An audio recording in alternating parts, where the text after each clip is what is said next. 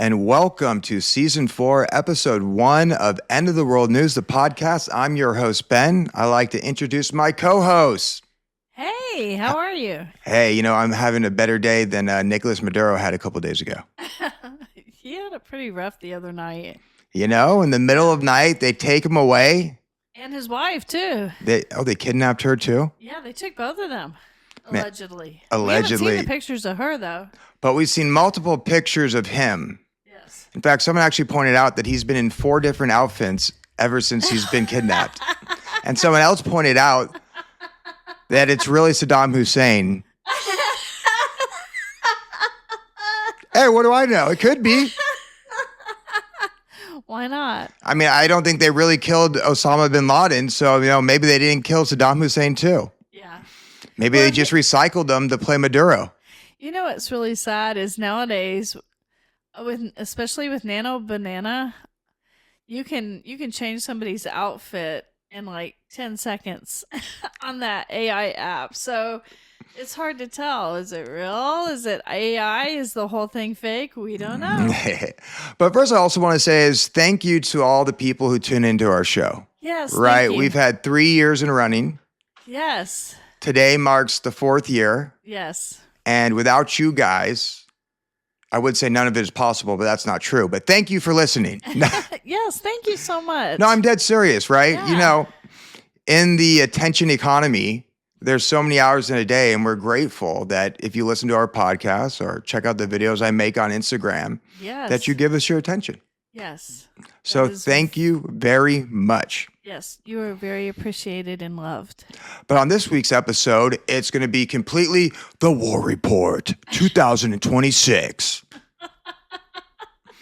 We've kind of brushed over the war stuff the last, 3 or 4 weeks or a month, because it was like the same thing over and over again. But literally within like a week, everything seems to have changed. Pretty much, yeah. And Trump for the first time did what he said he was going to do and took out Maduro. Yeah, now Zelensky's sad, but we'll get into it. All right, so I'm going to play a couple of videos from Trump's speech. But first, I wanted to start off the podcast with a scripture. Cool. From the Bible. Which one? It's from Joshua, I believe. Yay. And as the geopolitical wars and fighting amongst these Babylonian bloodlines, increases, I think this is extremely important, right? Because they're going to want to pull you in whatever their earthly agenda is. Of course. Regardless of what side of the aisle or geopolitical aisle you fall on, regardless of who you think is a good or bad guy. Yes. They want to pull you into their earthly agenda. Yes. Away from God's kingdom agenda. Yes. Right? So I'm going to read this real quick, and I really like this one. Joshua 24:15. Nice. And if it is evil in your eyes to serve the Lord, choose this day whom you will serve, whether the gods of your fathers served in the region beyond the river, or the gods of the Amorites in whose land you dwell. But as for me and my house, we will serve the Lord. Yes. It's simple. I love that scripture. And if you're serving the Lord, you're not serving any of these countries, because that's of this earthly realm, not of Jesus's kingdom, which is the kingdom of heaven. And especially you aren't serving the giants. Right? That's important. But it's true, because I believe Satan is in control of everything in this realm for the time being. God is allowing him to squat here to kind of run shot and test us to see who we're going to choose. He takes Jesus up to the mountain and he offers him any kingdom in the world if he will only bow a knee. And of course he doesn't. Right. But the point of that story is he couldn't offer him any kingdom in this world unless they were his to give. Yes. Now, these countries might have changed their borders and empires might have changed, but it's still these bloodlines that go back to Deuteronomy 32 100%. that control all of it. So when you start supporting a particular country, then you start supporting the satanic agenda, which is his earthly agenda. Yes. And the fallen angel running that country. Yeah, that's another thing. It's not country versus country. It's bloodline versus bloodline, but at a higher level. Yeah. it's principality versus principality. Yes. Yes. These fallen gods and their demonic offspring Yes. are assigned a specific area within this earthly realm to control from the spiritual realm. Yes, preach it. And they're kind of battling with each other. Yes. It's really set up like the Game of Thrones. It is. 100%. It's so crazy. I mean, they've been trying to tell us in every way possible through all of these media outlets. And we're like, oh, that's a cute fictional story. No, it's real. I mean, just think about that show. It's royal bloodlines, Yeah. many who are related, Yes. who fight with each other over control, Yes. yet they share the same earthly agenda or realm agenda in their case, Yes. which is control of the people. Yeah. And they all take their genealogy back to the dragons. And that's what these Babylonian bloodlines do. They take their bloodlines back to these dragon gods. Yes. Seraphim is another word for that, Yes. which literally means serpent-like. Yes. You know, so this is all bloodlines fighting. Don't get caught in the BS of it all Yes. and focus on why we're here, Yes. which is the Great Commission, which is to bring people into the fold. Absolutely. And that's it. So let's get in with Trump's huge speech. Okay, let's go. Hey, I don't know about you, but Pete Hegseth wasn't the only one who had a boner when Trump was announcing this. I did not have that problem. If you did, I'd wonder about you. I would too. All right, so here we go. We appreciate you being here. Late last night and early today, at my direction, the United States Armed Forces conducted an extraordinary military operation in the capital of Venezuela. Overwhelming American military power, air, land, and sea, was used to launch a spectacular assault. And it was an assault like people have not seen since World War II. It was a force against a heavily fortified military fortress in the heart of Caracas to bring outlaw dictator Nicolas Maduro to justice. This was one of the most stunning, effective, and powerful displays of American military might and competence in American history. And if you think about it, we've done some other good ones like the attack on Soleimani, the attack on al-Baghdadi, and the obliteration and decimation of the Iran nuclear sites just recently. The greatest military might ever since World War II. Huge. It's huge. I don't think he was watching all the other things that have happened since. Oh, you mean like that war that's been going on in the Middle East for the past 20 some odd years? Yes. But I do think it's kind of weird because I'm wondering how much of this is theater, how much of this is real infighting. I mean, what do you think? Is it a combination of the both? Because they could really be fighting over, you know, the resources that are with all the gas and all that kind of stuff. But then again, it all could be fake.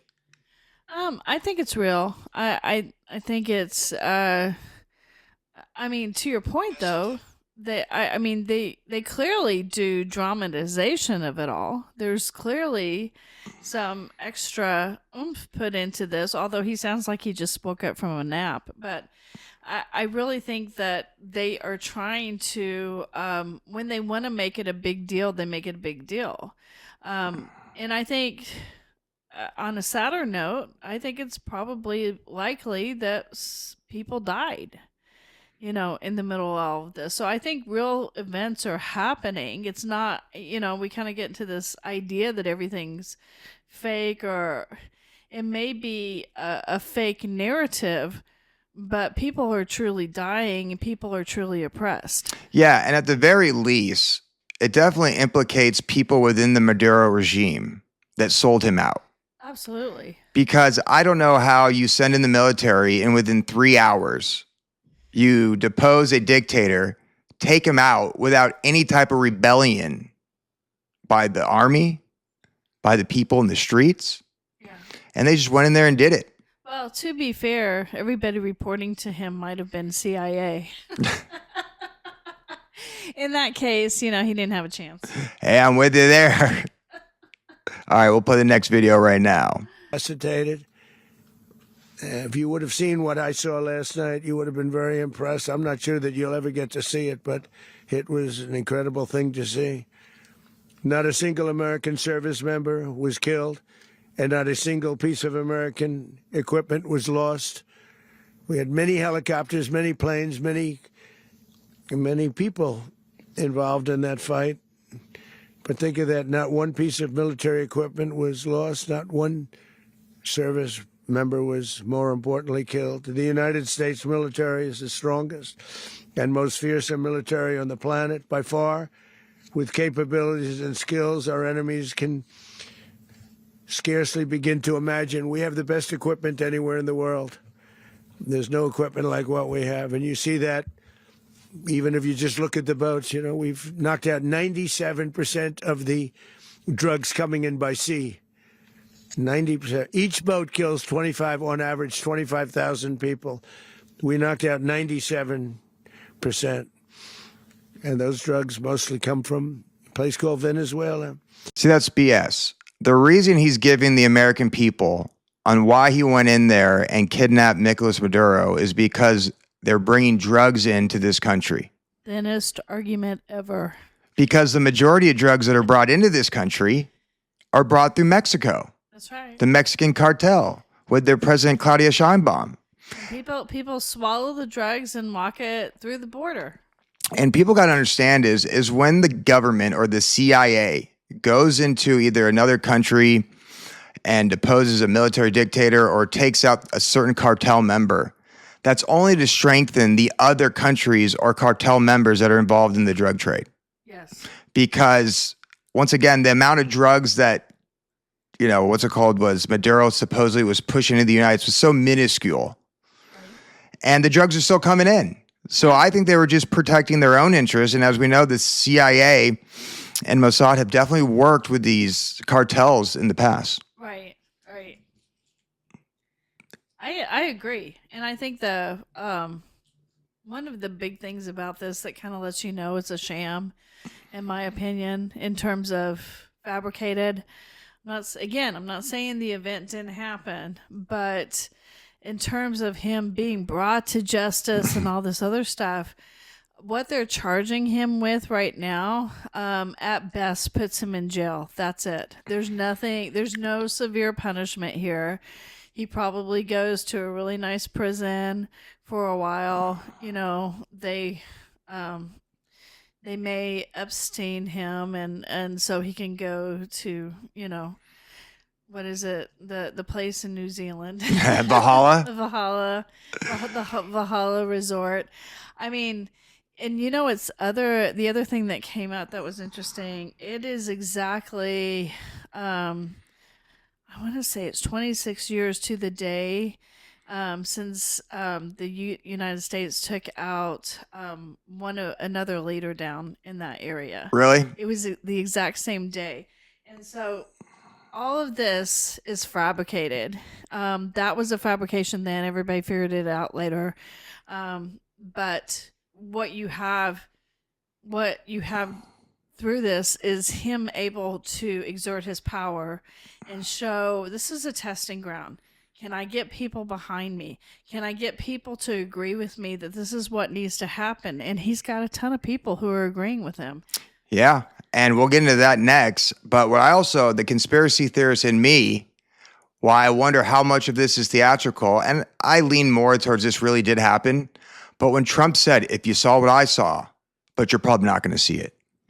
It reminded me of when they threw Osama bin Laden off that ship, wrapped up so he couldn't even tell who it was. Right. And I think that was all a facade too. I don't think they really captured Osama bin Laden. And if they did, he's in Valhalla with the rest of them.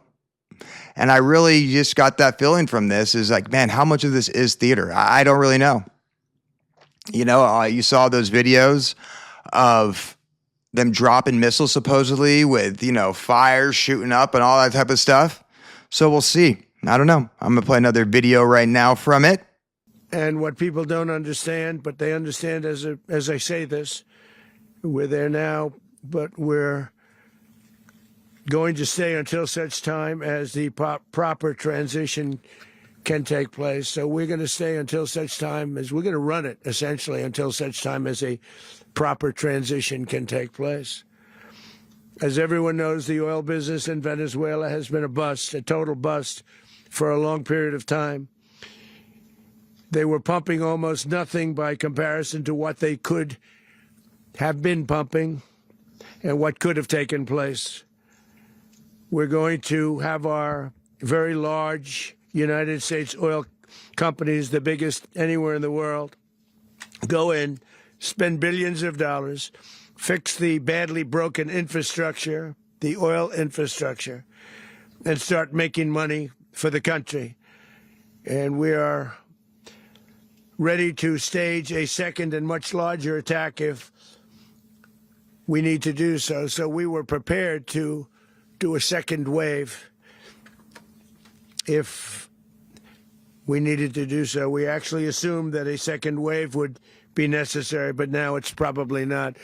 The first wave, if you'd like to call it that, the first attack was so successful, we probably don't have to do a second, but we're prepared to do a second wave, a much bigger wave, actually. I'll tell you one thing. I like it so much more when he's just riffing off the cuff. Because, like, you know, he's definitely looking older while he's trying to read the teleprompter or the notes that they gave him. Yeah. It's just a little lackluster, if you ask me. Yeah. But go on.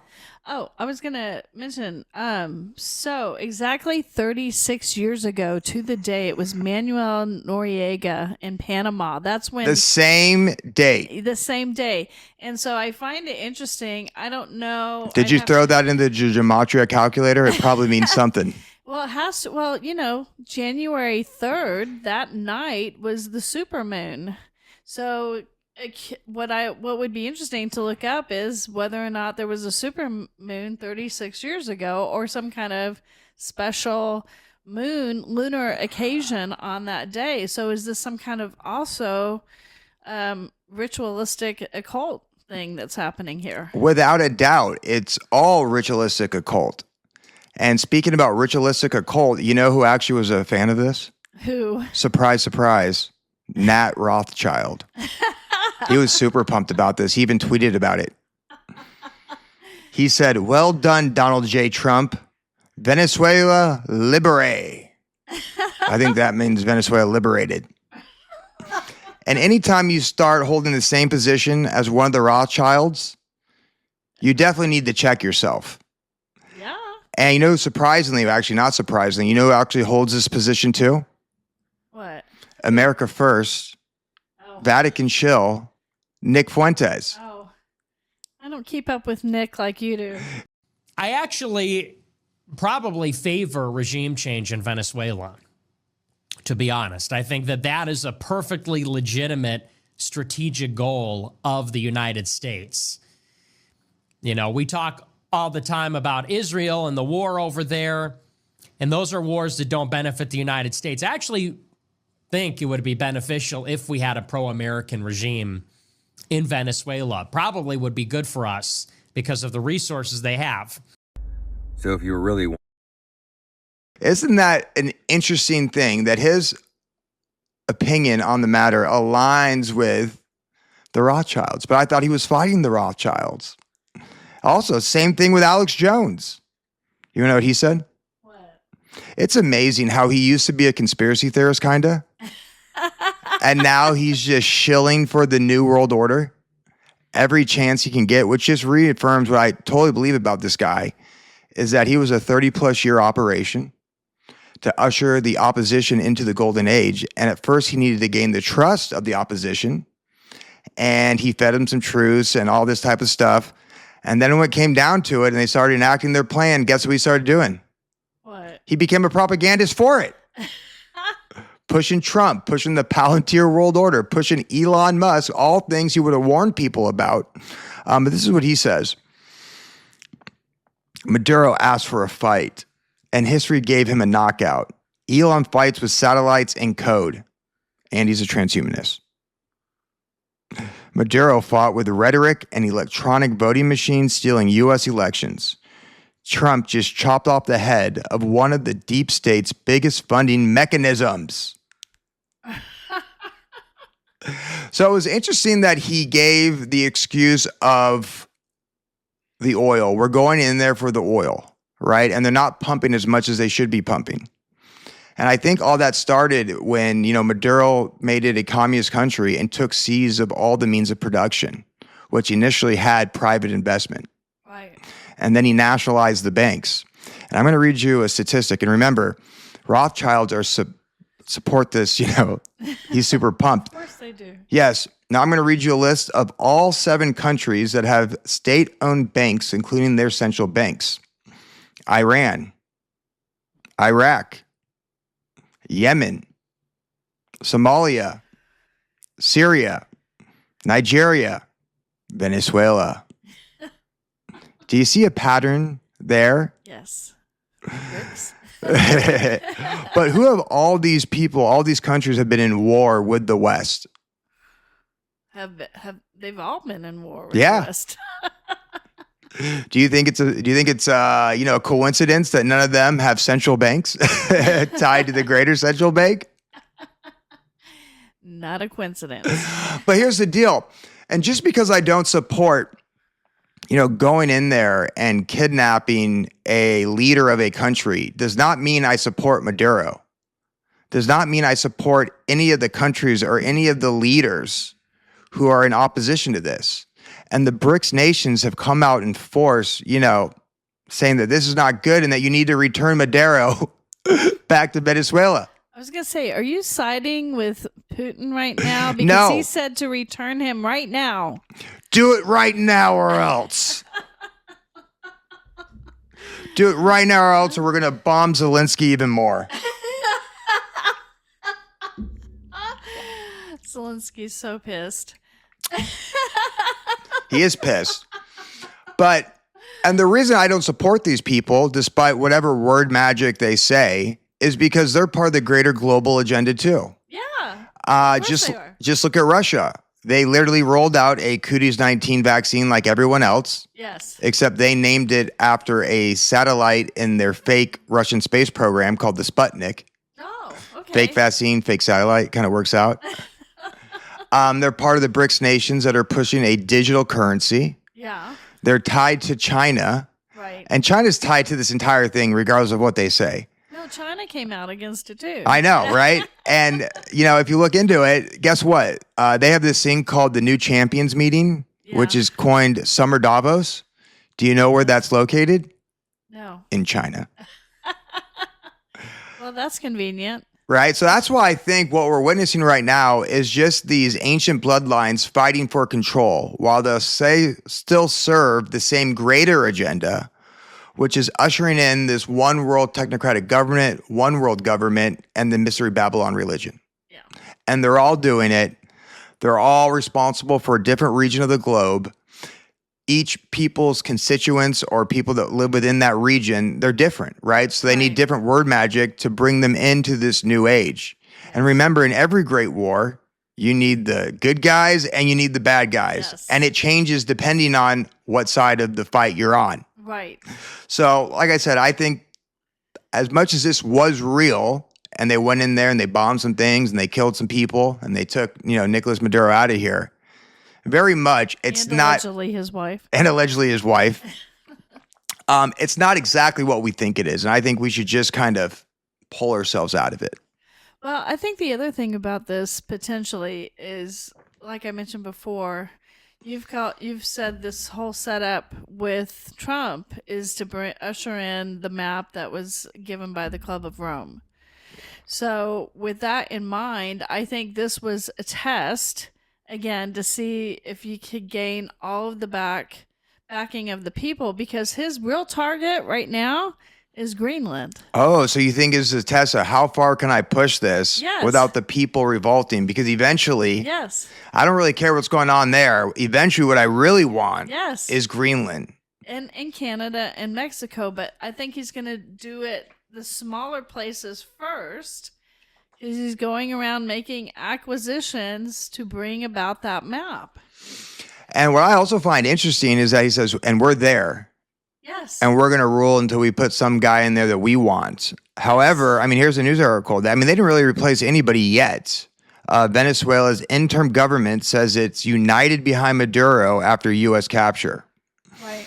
A top Venezuela official declared on Sunday that the country's government would stay unified behind President Nicolas Maduro, who's captured by the United States, has sparked deep uncertainty about the next for the oil-rich South American nation.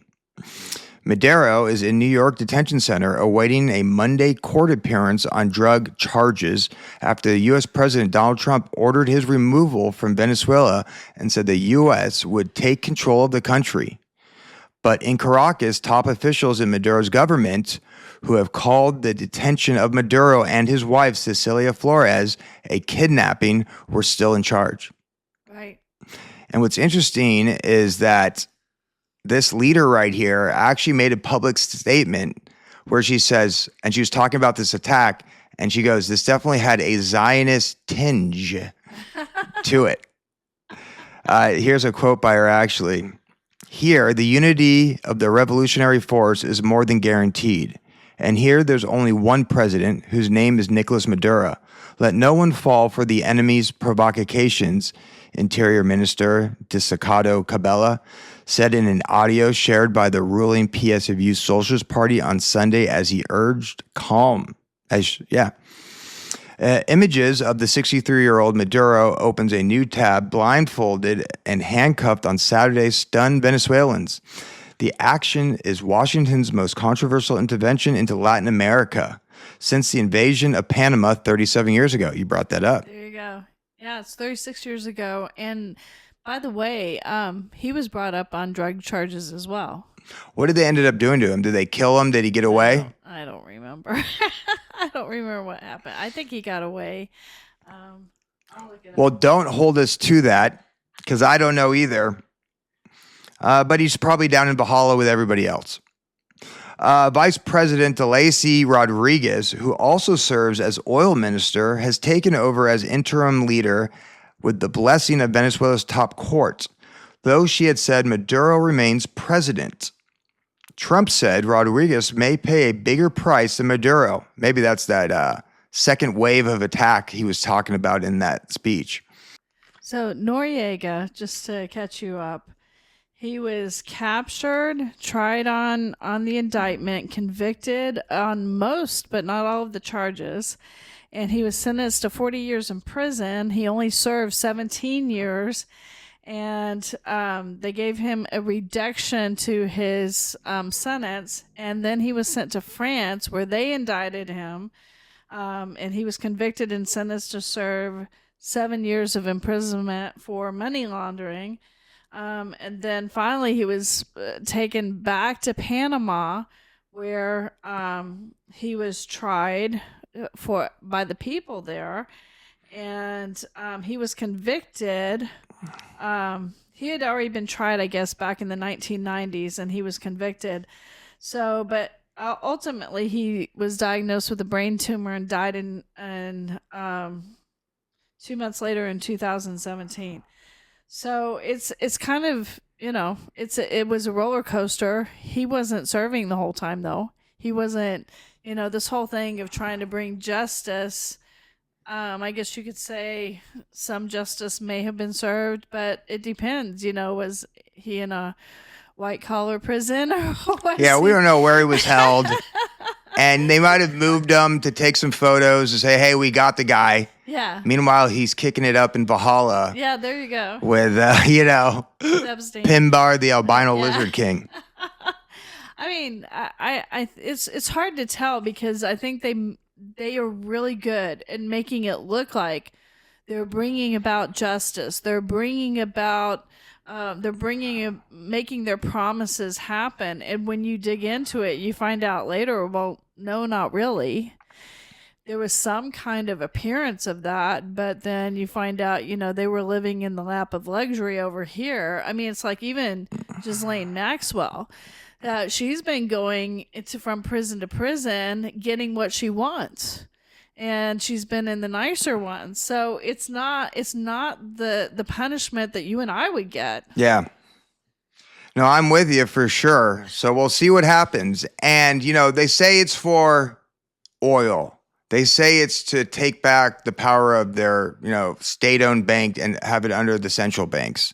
And that's all plausible. And I think a lot of times these things have multiple layers. Oh, for sure. But to me, and we're going to get into the other pressure points amongst the globe that have been here a long time. To me, I look at it and they're just adding one more pressure point that's eventually going to lead to a giant world war, I believe. Oh, yeah. Well, that's the ultimate goal, right? Because now you have something going on in South America to add on to what's going on in the Middle East, to add on what's going on with China and Taiwan, to add on what's going on between Russia and Ukraine and Europe. Yes. And you've really spread out the Western alliances thin.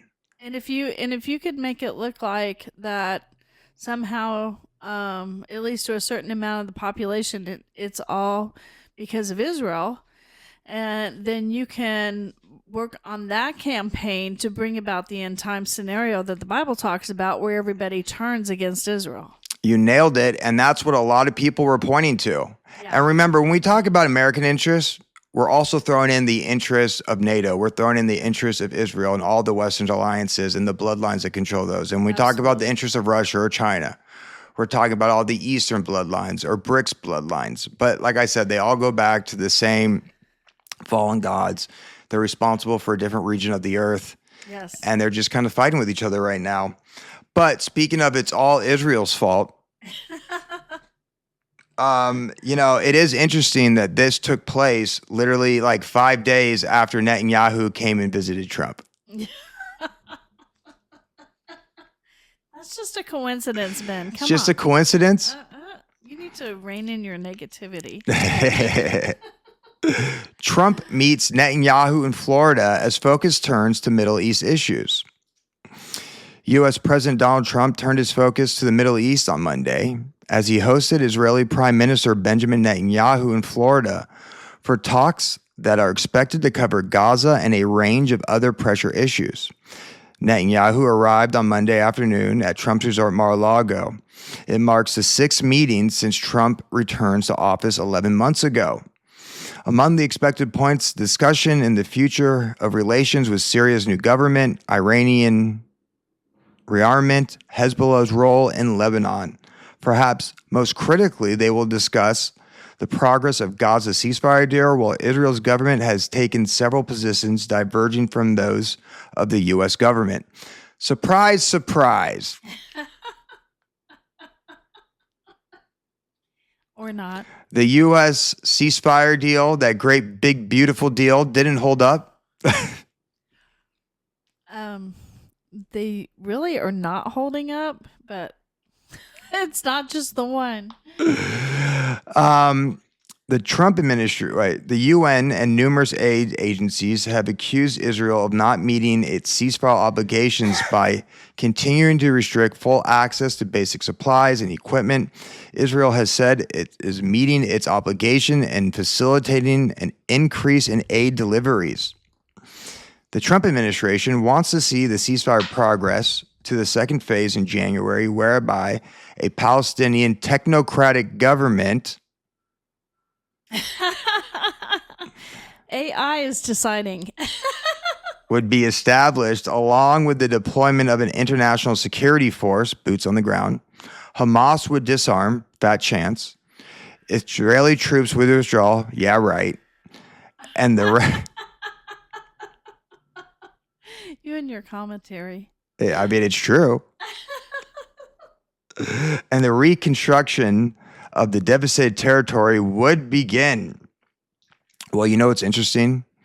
Right after this meeting, guess what the U.S. taxpayer gave Netanyahu? I'm guessing a lot of money. $8.2 billion But not in each. airplanes. Oh, hey, that was very generous of us. Fighter jets, because nothing screams peace like arming Israel to the teeth. Well, yeah, come on. It's also expected that Netanyahu may use his meeting with Trump on Monday to seek U.S. permission for further military strikes on Iran. I think we talked about this, Yeah. that this was going to happen again. Yes.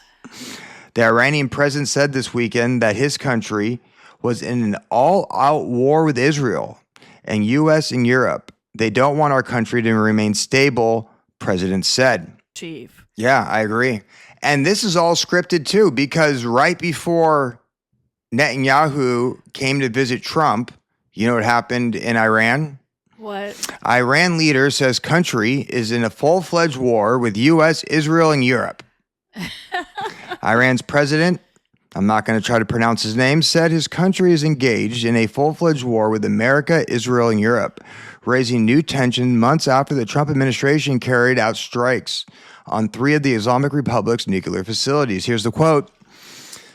They're besieging us from every aspect. They are putting us in a difficulty and constraint, creating problems in terms of livelihood, culturally, politically, security-wise, while raising society's expectations, the Iran president said on Saturday. On one side, they block our sales, our exchanges, our trade, and on the other side, expectations societies have risen. Consequently, we must all help with all might to fix our country. They do not want our country to stand on its feet, he declared. Interesting. And that is true to a certain extent. And like I said, it's not like I'm trying to defend Iran. If you look at the intelligence service of Iran, the logo is an 8-sided star of Ishtar with an all-seeing eye in the middle of it. Their parliament building is the shape of a pyramid with 33 windows on one side of it. I'm sure that's just a coincidence, Ben. It's not a coincidence. But to the point, they have been doing this to Iran. And ultimately, what I think they're trying to do is stoke another color revolution within Iran. Because on cue, after Netanyahu came, Iran said that, Netanyahu came to the United States, met with Trump. Yes. Trump gave him $8.2 billion of taxpayer weapons. Yes. And then all of a sudden, out of nowhere, there was what appears to be a color revolution in Iran. Again, another coincidence. Oh, okay. I need to correct myself. So it was not Yemen. It was not Iran that hit Syria. It was actually France and UK. They sent bombers. I remember when I saw it, though, because I was looking to see if they went after Damascus. They did not. But it was kind of interesting. So you see this alignment in this with that area of the world to some extent trying to fight back ISIS and the alleged ISIS, I will say. Alleged ISIS is right. And then you have, France and UK have both expressed their disagreement with the United States on going after Venezuela. So you've got these interesting strategic maneuvers that are happening all over the board right now. And to what we always say, they might have their own agenda, but their agendas definitely overlap at certain times, and they all serve the greater agenda. Well, that's what I'm talking about. It's like, so when you talk about Israel hitting the Middle East, when you talk about America hitting the Middle East, well, guess who's also hitting the Middle East? Yeah. All of Europe. Yes. You talk about America money going over Ukraine. Guess who's giving Ukraine all that money too? Europe. Right. It's literally Western bloodlines versus Eastern and BRICS nation bloodlines. Well, you're just kind of sitting back going, okay, so, some of these alliances they've been around from a bloodline standpoint for centuries, but in recent years they have at least not given that appearance, and suddenly they're all teaming up again. I just find it interesting because when I see these things, I don't panic and think, oh, they're going after everybody. What I think is, okay, what kind of move are they making right now towards their ultimate goal, which we know is to bring about the end times? Yeah. So do you think that, the Western alliances are going to be successful with the regime change in Iran? In Iran? Yes. Do you think does it matter? You're just trading one puppet for another. No, I'm asking you. No, what I'm asking you is, what do you think they hope to gain? Because it looks like they're about to make a push. Do you think, like in Venezuela's case, they dive in there and they took out Maduro, or are they trying to set this up for something else? Do you think they go in there and they take out the president, or do you think this is the next phase of the war between them and Israel? Oh, it's a setup for more war. You've got to give excuses why you're bombing one another. What better way to do that? Well, we've got to go in and free the people, and so now we have an excuse to bomb them. And, guess who's going to be at the forefront of that? It's not even necessarily going to be just the Western nations. It'll probably be Israel in the mix too. Oh, yeah. So all of this is by design. And I always joke, we'll see if this happens. I think we're going to wake up one day, and during this war between, Israel, Western alliances, Iran and the BRICS nations, I think we're going to wake up one day and that Dome of the Rock is going to be destroyed in a quote unquote missile attack. Oh yeah, it'll be gone. It's just a question of when and how. Yeah, I know, I'm with you. And to your point right here, in a post on Truth Social, Trump had said that if Iran, and here's a quote, violently kills peaceful protesters, which is their custom, and our custom is to spread democracy with an AK-47, so I don't think he has any room to call people out, the United States of America will come to their rescue. He did not specify what this would mean. Well, here's the thing that's interesting is you see this playbook that is done over and over again. And so almost everything that's happening right now, you can go back and find an event 20, 30, 40 years ago, even back all the way to World War II, that already happened. They use the same playbook over and over. It's just we have better equipment now. Yeah. They still use false flags and high impact events. Absolutely. I mean, World War I think, started on a false flag. Oh, absolutely. When that Prince of Hungary or whatever, yes, the Duke of Hungary got randomly killed. Yes. And all of a sudden that led this giant World War I to start. Well, you have to have an excuse. Because you know what they really wanted to do? What? Well, I think set up World War II, but ultimately take control of Ottoman-controlled Palestine at the time. Oh, yeah. Under the control of the British Empire, which it was for a brief time before World War II. I think World War II was a test run of the end times scenario to a certain extent. Yeah, because one thing I do find really interesting is what would, Hitler always promote? The 1,000-year Reich, right? Yes. You know who also promotes a 1,000-year rule?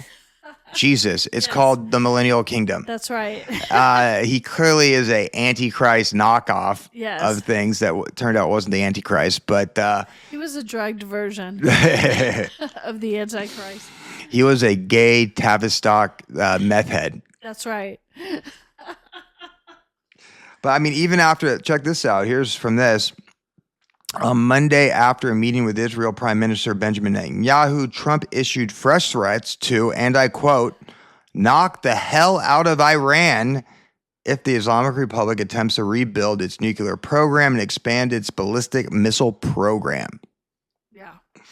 So I think that sets it all up right there. Get ready for someone to do some knocking. Oh, for sure.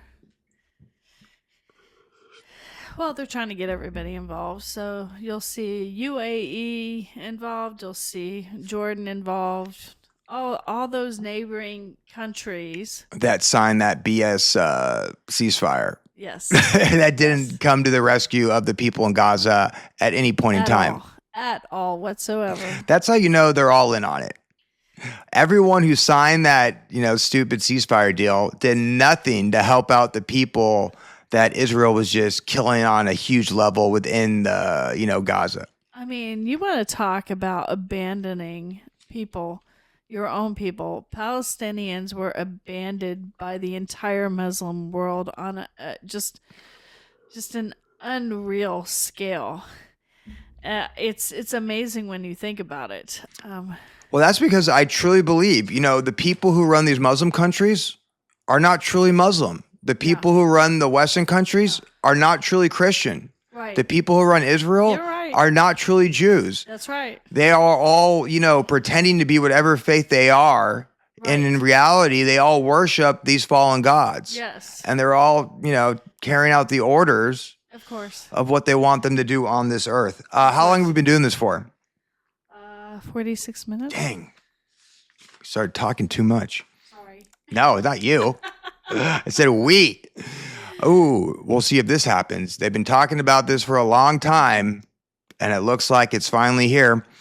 Xi Jinping vows to reunify China and Taiwan in New Year's Eve speech. Okay, this is such a snooze right now. He's been threatening this now for at least minimum 2 years. I think more than that. Well, this is the year he said they were going to do it. Yeah, I know. And that's why we need to pay attention to this. That's why I keep looking out the window, because it's like, why isn't it here yet? It's 2026. What are you sitting on your butt for? Come on. Come on, Xi. Reunification is unstoppable, says Chinese president, a day after the conclusion of an intense military drills.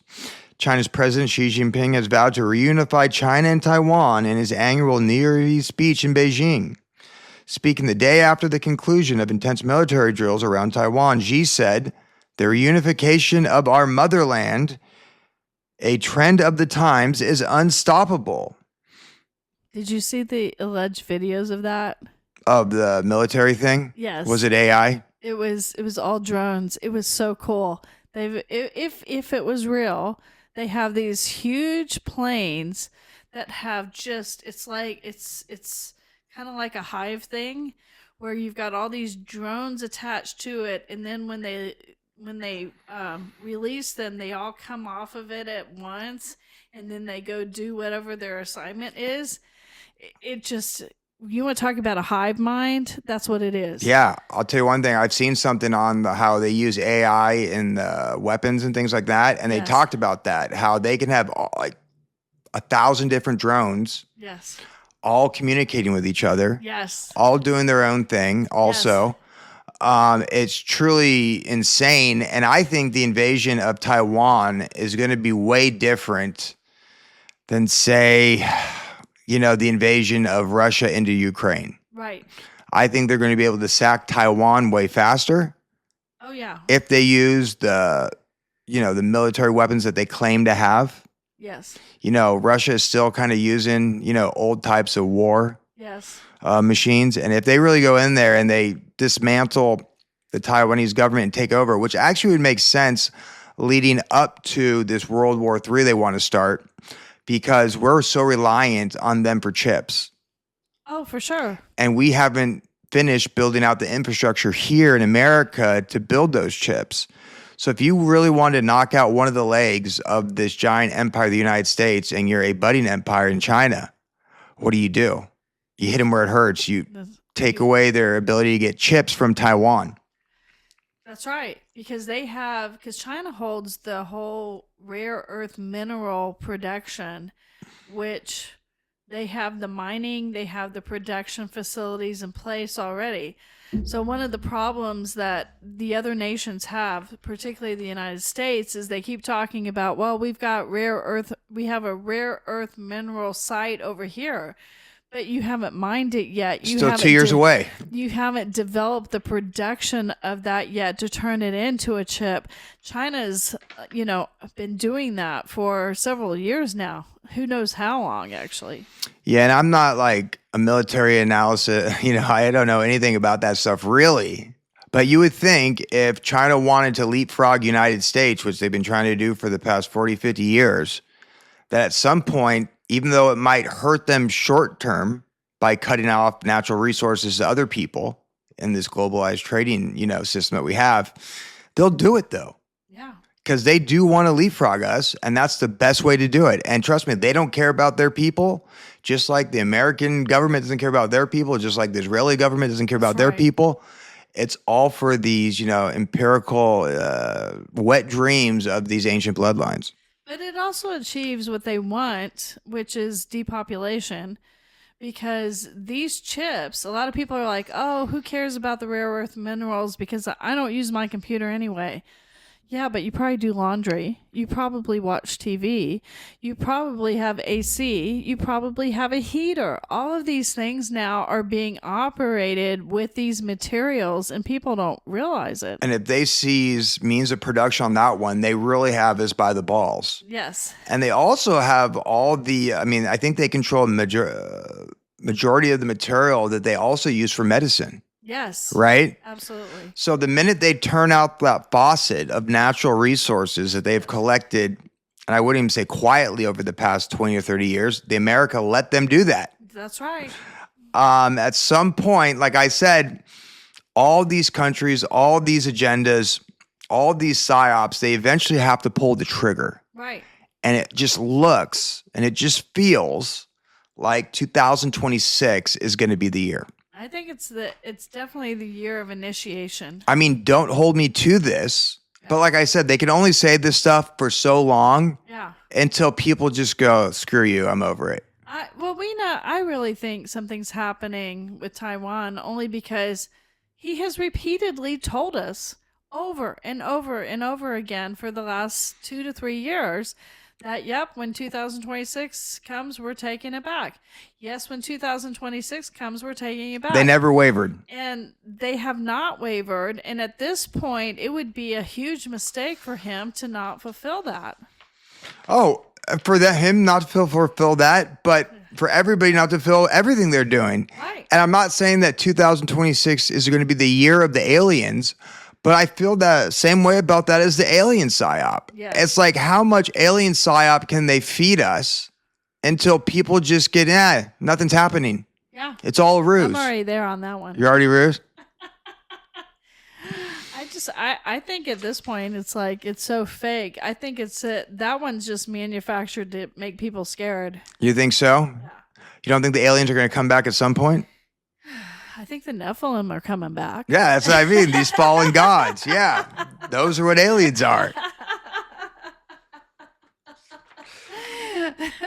So if China goes into Taiwan, that's one more pressure point. You have Israel and Iran. That's one more pressure point. Yeah. You have America and Venezuela. That's one more pressure point. Yep. And the final pressure point is Russia and Ukraine, which has been going on for a long time. And despite Trump's promises, there's been no peace to this war so far. Well, Zelensky's plan. Oh, he's trying to ruin it, duh. He says, just go in. If you guys can do this with Maduro, you can do this with Putin. That's what he said? Yes, just go in and pull Putin out and arrest him. This could all be over now.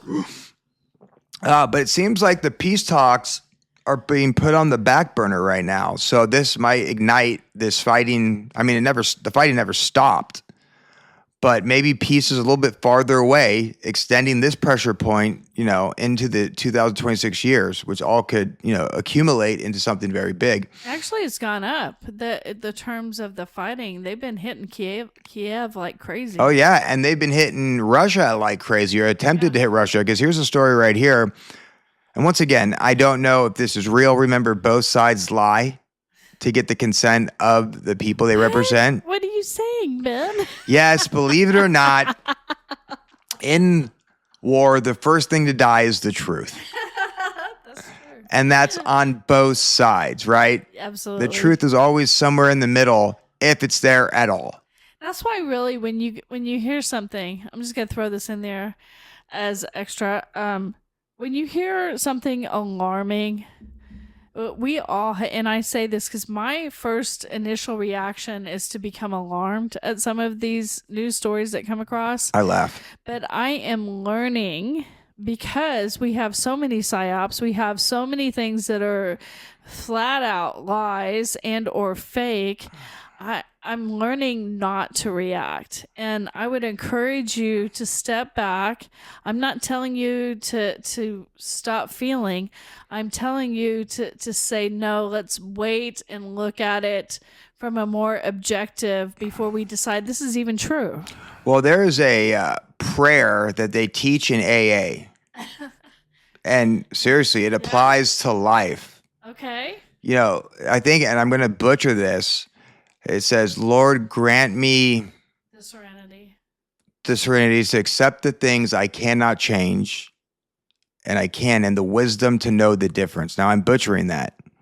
But such what that real the things I cannot change the things I can. and the wisdom to know the difference. Yes. And that's how I feel about all these news headlines, all these agendas getting shoved in our face. And the truth is, we can't change any of this. Too much money, too many years. These bloodlines have been planning this. They're not just going to pull back because the people are in revolt. And if the people ever revolted and posed a threat, they would just kill you. Right.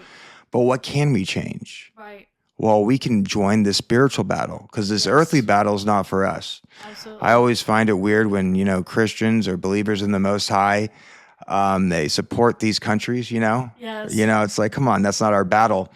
Our battle is to help God return spirits back to God. Absolutely. Return people back to God, bring them back into the family, plant those seeds. If you have a family, raise your family. If you have kids, raise them to be God-fearing kids. Love your neighbor like you love yourself, and love God. And that's really how you fight the agenda. That's the funny thing about it. You have all these conspiracies like, speaking truth to power. We need to fight the agenda. We need to vote this person out or elect this person. We need to just spread this truth. And I'm like, that's not how you fight the agenda. Right. How you fight the agenda is helping people come back to God. Yes, and in living a holy, godly life connected to the Holy Spirit. Because at its foundations, what these bloodlines are trying to do, what these demonic offspring are trying to do, what these fallen gods are trying to do, they're trying to divorce you from God. They're trying to divorce you from the Holy Spirit. They're trying to entice you to pick your own earthly agenda over God's kingdom agenda, which is what we rolled out before, which is relationship with Him. Yes. And loving our neighbor like we love ourselves. Absolutely. And that's fundamentally what it is. And the majority of people who are in this fight of truth don't even grasp that. Right. And they might, but then something pulls them back into this earthly realm, into an earthly agenda. And I don't understand it. But hey, maybe I'm the wrong one here. But I don't think you are. have Russian claims of Ukraine attack on Putin home ended hopes for peace? Russia has threatened to retaliate against Ukraine after alleging that nearly 100 drones had targeted one of Russian President Vladimir Putin's residences. It's not funny, but I can only imagine somebody in their huge palace going, "What in the heck is all that noise?" But I don't even know how those drones get over. I mean, how long do they have to fly into Russian airspace before you start shooting them down? It's all a sham. Yeah, it's a sham. That's kind of like when allegedly the guys came into Israel and for 6 hours, 4 to 6 hours, Israeli forces didn't know about it. Come on. They know when a cockroach gets too close to that fence. No, I'm with you. And that's when I start reading stuff like that, I'm like, is it all fake? Is it all fake? Yes, it is. And literally, they're not fighting over anything. And what these psychopaths actually like to do is just kill everybody and sacrifice them to ball. Yes. Because we were talking about, Venezuela and how these are just, bloodlines fighting with each other. Yeah. But sometimes I think it's all fake. Yeah. They might have their own separate interests to a certain extent, but when it's all war, they're just trying to kill people. I think they're all just trying to sacrifice people to ball. Well, I mean, you look at the life of Jesus in the gospel.